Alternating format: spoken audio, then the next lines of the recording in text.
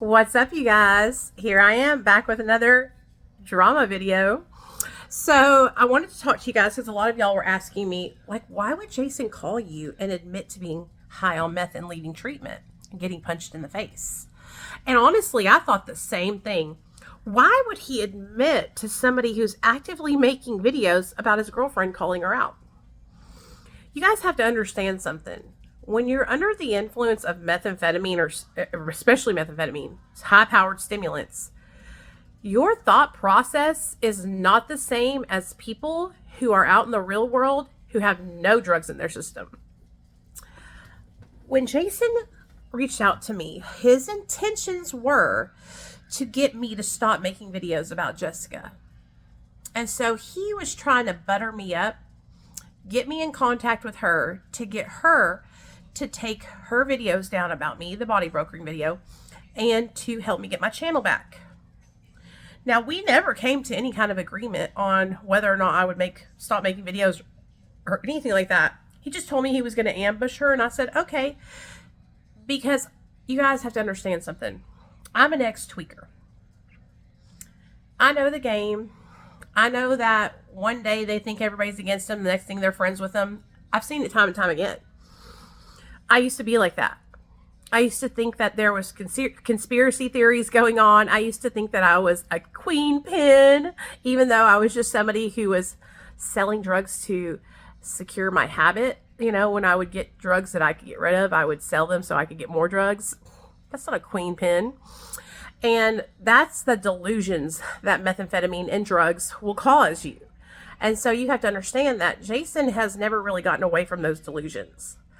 Plus, I talked to his ex-girlfriend, and he opens his big mouth to her all the time. Jessica's downfall will be Jason, and Jason's downfall will be Jessica, because they both can't.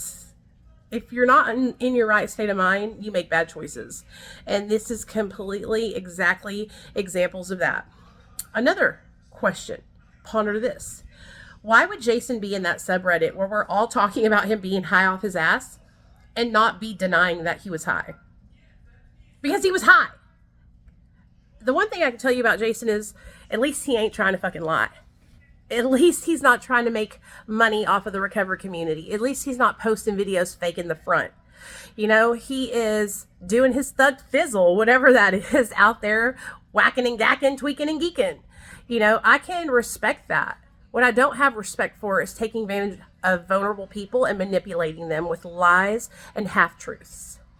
So, one of you pointed out that great question, why would Jason admit to that? Right. That's what we see as reality and we see as sane. It does, when you're in the meth world, question everything. Everything is, right now, they're probably in some kind of like other realm. What I've noticed about Jessica and Jason is they don't start coming around until afternoon time. So I'm thinking during the day they're sleeping, dude. They're not even awake. They're not even awake during the day. And so I'm up during the day like a normal person, doing my job, taking care of my business, Next thing I know, it's getting late at night and I'm getting text messages on my phone and I'm seeing interaction in the Reddit. And it's like, oh, okay, y'all are coming out to play now that it's getting dark outside, them tweaker hours. You know, a lot of you guys are not drug addicts, so you don't understand. It's not going to make sense. Nothing they do is going to make sense. So just understand that. And I will try to decipher what I can for you guys. But if I was Jason, I would have never talked to me on the phone. That would be like if Jessica called my husband. My husband would have fucking hung up in her face. Do you see what I'm saying? It's like, dude, use half of your brain, even if you're high. I mean, I don't know. I don't even know. Like, it's so crazy. It's like, I can't even, it's like, what? You know? A lot of you guys are happy that I'm going to continue on with my coverage of the bullshit. I will tell you guys this. Amanda is trying to get better, trying to stay sober, trying to do the right thing. She does want to come on and do like a mental health podcast where we talk about mental illness and stuff like that. And I told her once she gets some sober time underneath her belt, she's more than welcome to come on and chit chat with us online. I just want to make sure she's in a good, healthy headspace to do that. So yeah. Same with Reese. He's more than welcome to come on here and share parts of his story anytime he wants, but I really want to make sure it's when I don't want to take advantage of anybody. I don't want to take advantage of anybody when they're at their lowest or most vulnerable point in their life.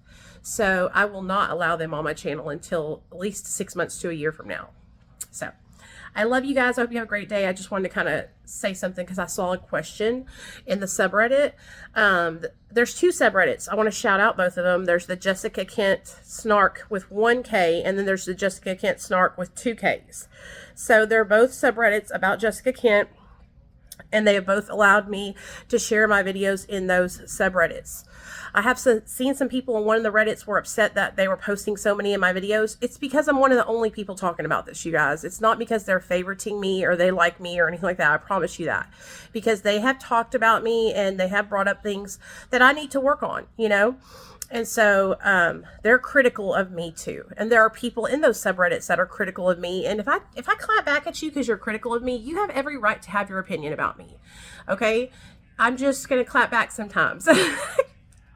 And if, you know, it just is what it is. It is what it is. At this point, like, I know myself well enough to know that I'm doing the damn thing. I'm staying sober. I'm doing what I'm supposed to do. I take care of my son. I take care of my husband. I take care of Pocky Knocky. And I take care of little Jetty Wetty.